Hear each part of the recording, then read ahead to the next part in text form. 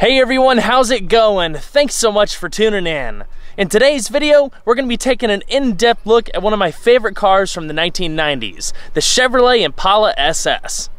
Depending on how long you've been subscribed to the channel, I have filmed one of these in the past, but this is actually my first time getting to drive one, so of course I couldn't pass up the opportunity. I'll be covering all of the ins and outs, taking that thorough drive, getting plenty of sound clips, and of course showing you all of the unique aspects throughout the interior as well as exterior. And before we begin, a special thanks to Cosmo Motors of Hickory, North Carolina for providing this opportunity today. For more information about the dealership, including contact info and current inventory, I put their link in the description box below. And so, without further ado, let's go ahead and hop on in, start her up, and let her run. Ever since I was young, this has been one of my bucket list cars, so pardon me if I fan out a little bit, but it's just so cool. Full-size V8 rear-wheel drive. They only made them for a few years. In 1994, when they first came out, you could only get black with the light gray leather interior. Now, the light gray carried on through the rest of the production years, but in 1995, which this one is, they opened up the color palette just a little bit more to offer this beautiful dark cherry finish as well as a dark green. But the interior features embroidered headrests, perforated seat inserts across the middle, as well as a full-length center console. These cars offered a tremendous bang for your buck. When they first came out, starting price was only $22,495. They were so popular, in fact, that dealers had a hard time keeping them in stock. Over the production run, I think there was around 69,700 units produced.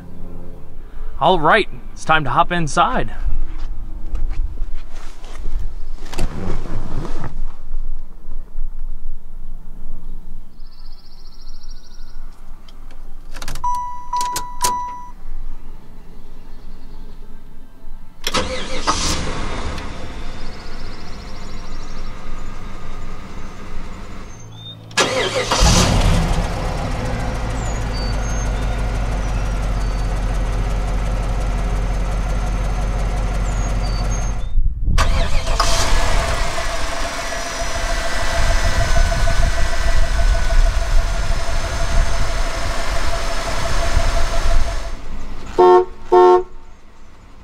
If you didn't already know, the Impala SS is basically a hot rod variant of the Caprice.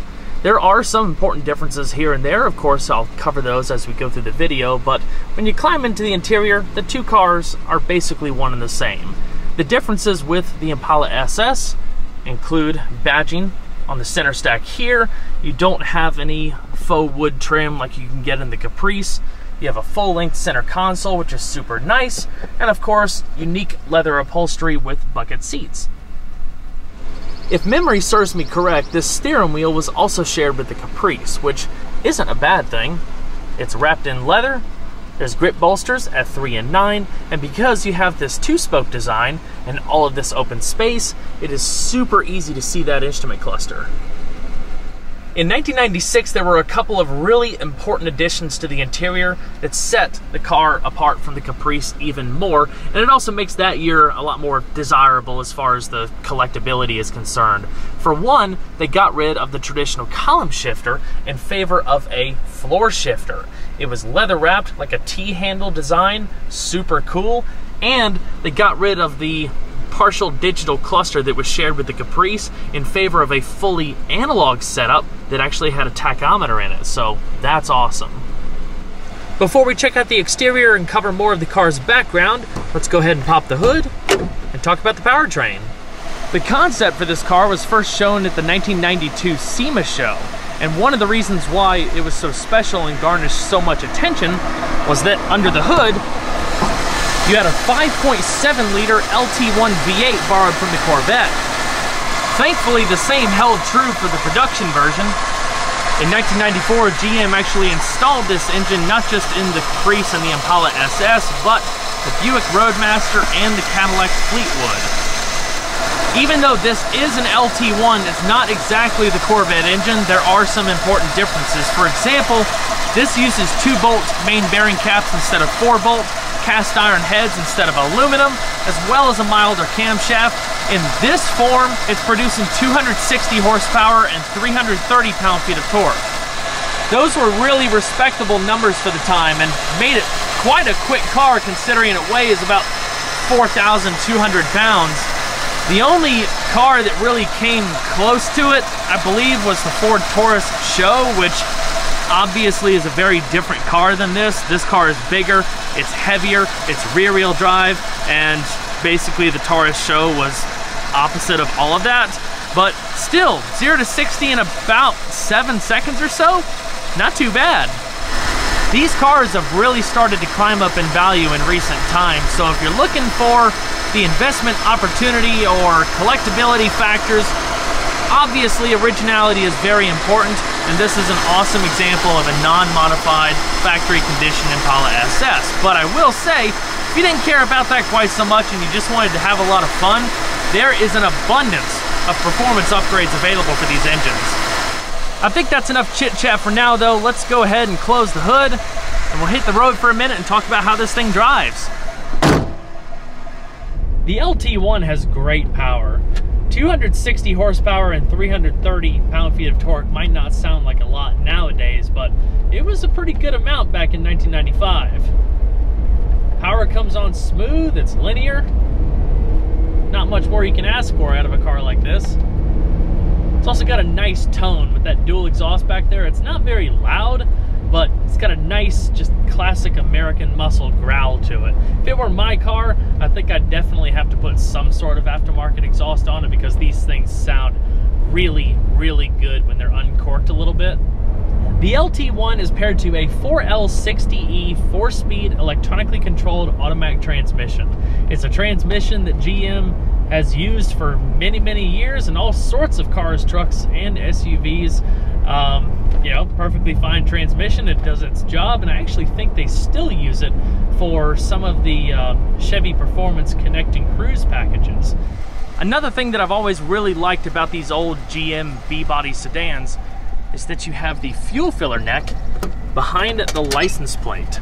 Super old school, but also really convenient when you think about it, because when you come to a gas station, it doesn't matter which side of the pump you pull up next to because the filler neck is right in the middle of the car.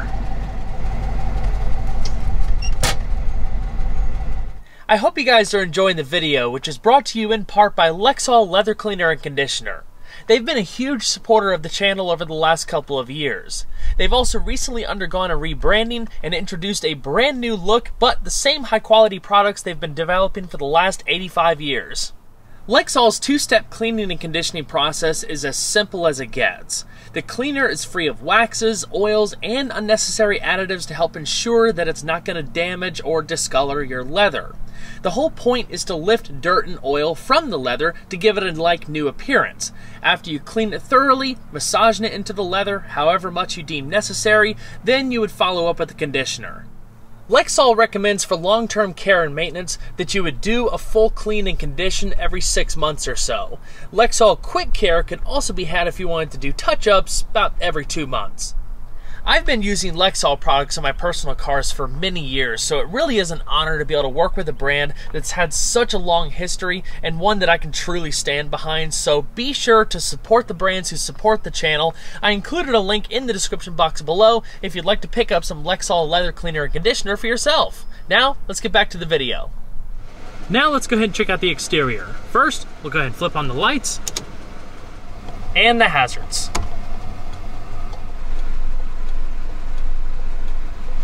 I'll talk about the power accessories in just a bit, but as far as the power windows, the driver's window has an automatic down function. With the rising popularity of SUVs at the time, the writing was kind of on the wall for GM's full-size B-body sedans. The Caprice wasn't selling all that great, and the mass market in general just wasn't all that interested in full-size sedans anymore. It really is a wonder that this car made it to production in the first place, because if you think about it, taking everything into consideration, it was a pretty niche market vehicle, but I think it ended up doing a lot better than they were initially expecting. Like I said earlier, it was first unveiled at the 1992 SEMA show, and there was so much hype around it that it entered production for 1994. I mentioned that little comparison with the Taurus show earlier to try to put performance into perspective, but really the Impala SS didn't have much in the name of competition. It was more old school in nature than most things coming out of the time, which is something that I like. To be honest, its closest competitor wouldn't come out until 2003, the Mercury Marauder. I know it's kind of hard to compare two different cars that were made at two different times, but the Marauder was to Mercury as the Impala SS was to Chevrolet. Big, full-size V8 rear-wheel drive, console shifter, and a monochrome paint scheme. So I touched on those interior changes that were applied for the 1996 model year, but for 1995, there was actually some exterior changes from 1994. The first one is that the mirrors were relocated from the doors to the base of the A-pillars.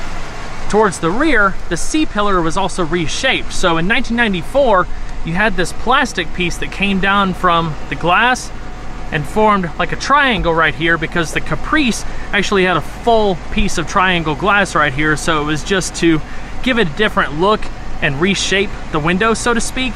But in 95, they just changed the stamping of the metal to incorporate this, so you don't have any more plastic piece, you just have the emblem here and a nice smooth piece of chrome. There's no denying that the body color Impala SS logos are a nice finishing touch. Coming around the rear, you have the same taillights as you would find on a Caprice. The backup lamps are right in the middle.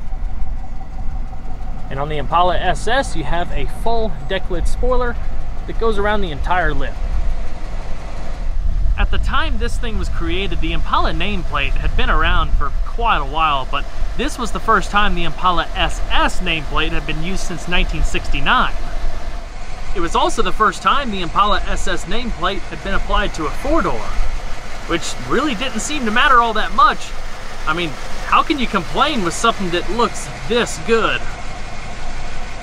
The exclusive 17-inch 5-spoke wheels have a bright silver finish to them. I believe they're actually machined. And there's a nice center cap in the middle to hide the lug nuts for a cleaner appearance. The original tires were BF Goodrich Cot TAs that measured 255/50 ZR17. This car is riding on Nitto tires at the moment. It's a pretty beefy size for something like this. Four-wheel disc brakes came standard, along with a 4-channel ABS system. I believe the front discs span 12 inches. I can't remember the dimensions of the rear discs, but they provide a lot of stopping power. The Impala SS benefited from Chevrolet's 9C1 police package that was offered on the Caprice.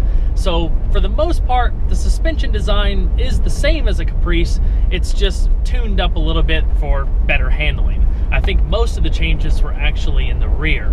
But if you've never driven one of these cars before, this will feel like an absolute boat. Again, 4,200 pounds. It's a big, heavy car. I think that's what I find most interesting about this car. It's a unique blend between comfort and performance.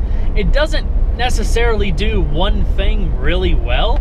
It just kind of covers all the bases, so you get a little bit of everything. I mean, I love big, full-size cars. I always have.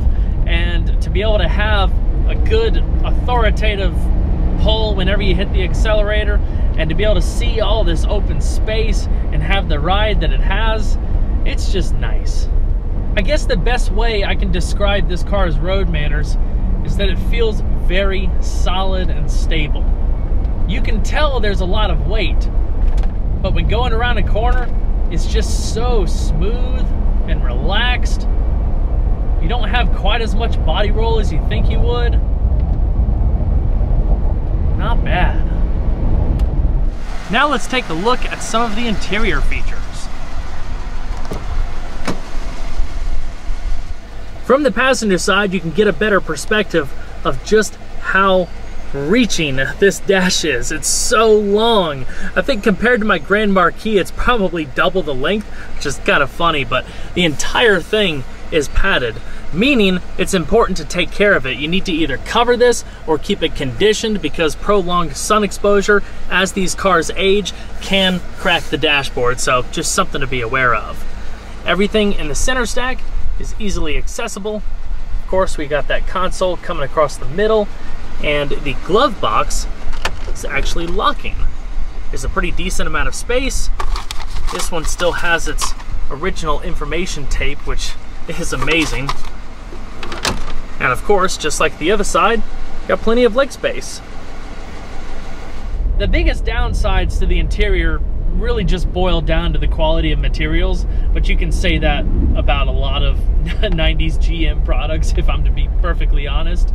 The plastics do get brittle over time, so things have a greater propensity to crack. Storage and care is the most important thing that you can do for these cars to make sure that you limit UV exposure, get some high quality window tint if it's gonna be kept outside more often, just to make sure that you're keeping those harmful rays off of the older plastics as much as you can, just to preserve everything in its original condition. The upper door panels are padded. There's a grab handle off to the side. Your power mirror controls, power seat controls, and power window controls are also located on the door. There's also large door storage pockets. Your power adjustments include sliding, tilting, and height adjustment, but recline is manual. Coming across the dash, on the left side you have your headlamp controls like you saw earlier, a little air vent, and a storage pocket. It's just all very simple. The center stack is super basic, just like the Caprice. Single zone climate control with 3 rotary knobs up top and rear defrost, and a Delco cassette tape player right beneath it, AM/FM radio, and a pull-out storage tray. The rear of the console also has a pretty good amount of space. And up top, dual visors. Both of them have vanity mirrors, but they don't have any illumination. The rear view mirror is auto-dimming, and underneath you have reading lamps. Alrighty, let's go ahead and shut her down for now. I'll be honest, filming this video has been kind of a bittersweet experience for me. On one hand, I love these cars. They offer fantastic performance for what they are. They're also super comfortable and very practical, all things considered. The problem is that you just can't buy stuff like this anymore. I guess the closest thing to it was the Chevrolet SS, and even that's gotten the axe. But check out this back seat. It is so roomy. You can fit 5 full-size adults in this car, no problem. The unique leather upholstery carries on back here as well.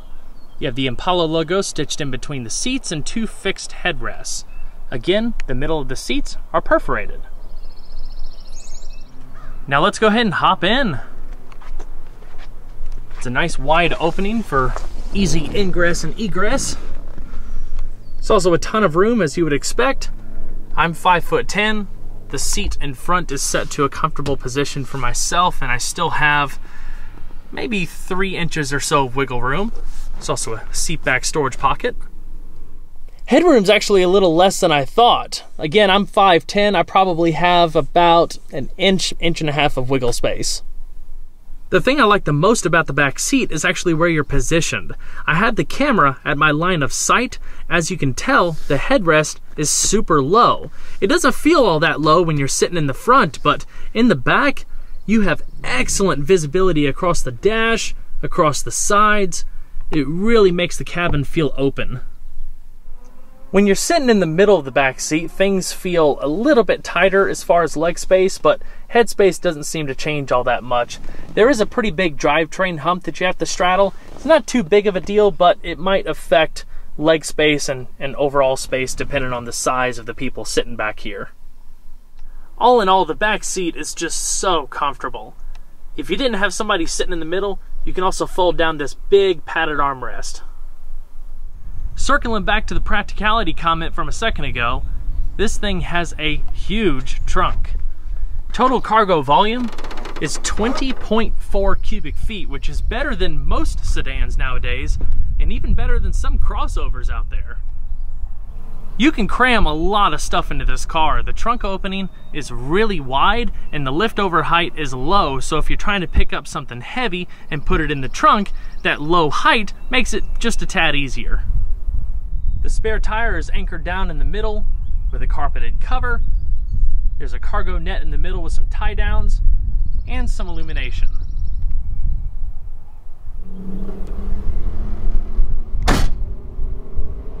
Now let's go ahead and see how she sounds.